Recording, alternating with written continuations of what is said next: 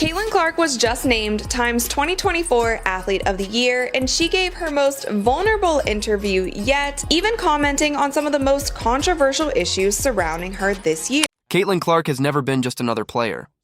From the moment she laced up in college, she became a generational spectacle, the kind of player who forces fans, critics, and even casual observers to sit up and pay attention.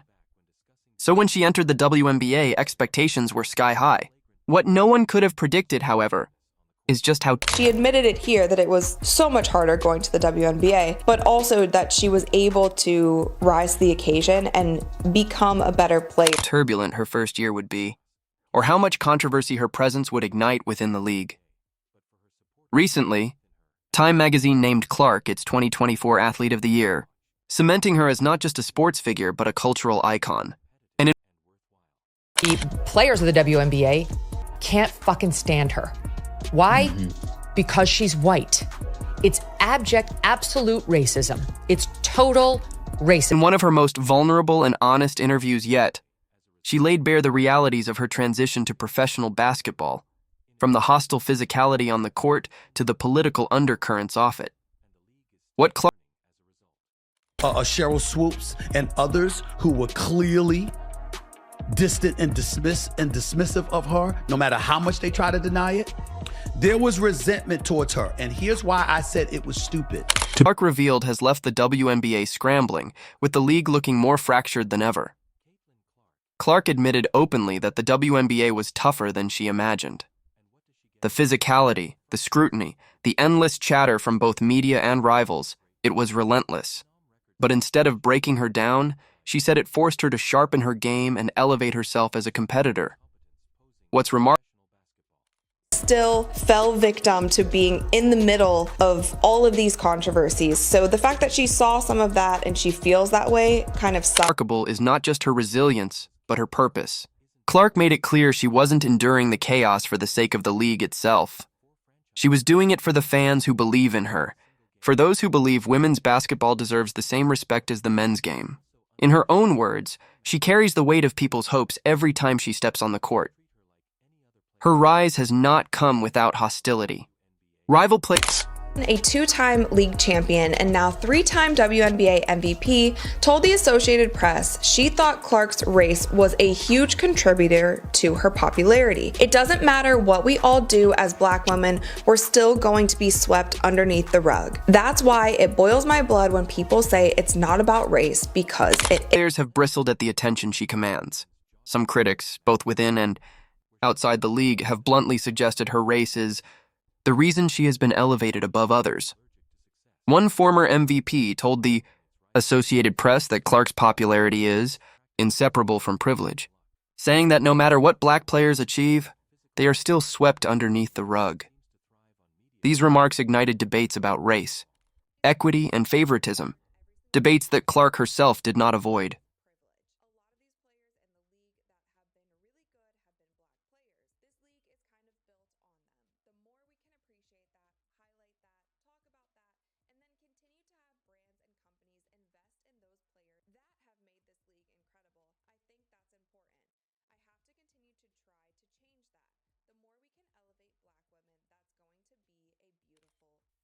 In fact, she leaned into them, acknowledging her privilege as a white athlete and emphasizing that the WNBA has been built on the backs of incredible Black women whose contributions must be respected and amplified. Her willingness to own that truth while also defending herself against unfair treatment stunned both fans and critics. It was raw, honest, and refreshingly unguarded. One of the strongest points in her interview was her critique of the roughness of play. She pointed to specific moments. 22 plus years, they had been flying commercial. They were begging for chartered flights. She arrives there, and 2 weeks later, they got chartered flights. The shove from Kennedy Carter during a Chicago Sky matchup, the eye poke incident with Dijonai Carrington, and questioned why the league seemed to look the other way. In the NBA, a similar act against Steph Curry or Luka Doncic would have triggered suspensions, fines, and wall-to-wall media outrage. In the WNBA, silence. The lack of accountability, Clark implied, makes the league feel less like a professional sport. Rising tide lifts all boats. She's trying to be the rising tide that lifts the boats. And more like a free-for-all circus. And yet, Through all of it, Clark never publicly lost her composure. She didn't lash out or retaliate even when fans expected her to. Her calmness, she admitted, has been tested repeatedly, but she sees herself as having a responsibility to rise above the chaos rather than add to it.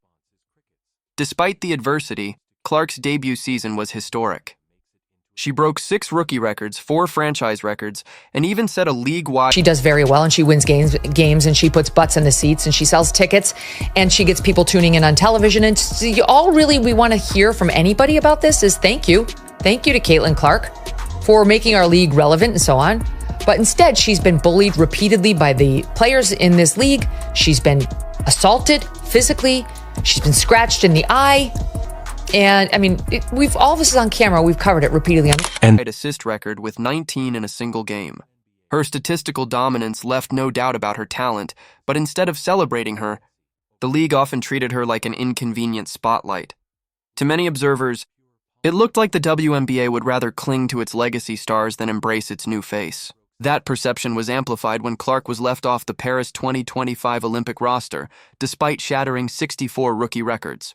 The official reasoning pointed to team dynamics and experience. Instantaneously improved the conditions. Attendance is still lagging. WNBA is still losing money compared to what you would hope it would earn, but clearly things are on an upward trending trajectory.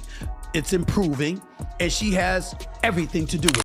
Unofficially, many saw it as politics, a move to appease veterans while sidelining the one player who has unquestionably brought millions of new fans to the game. Clark also unloaded on the media in her Time interview.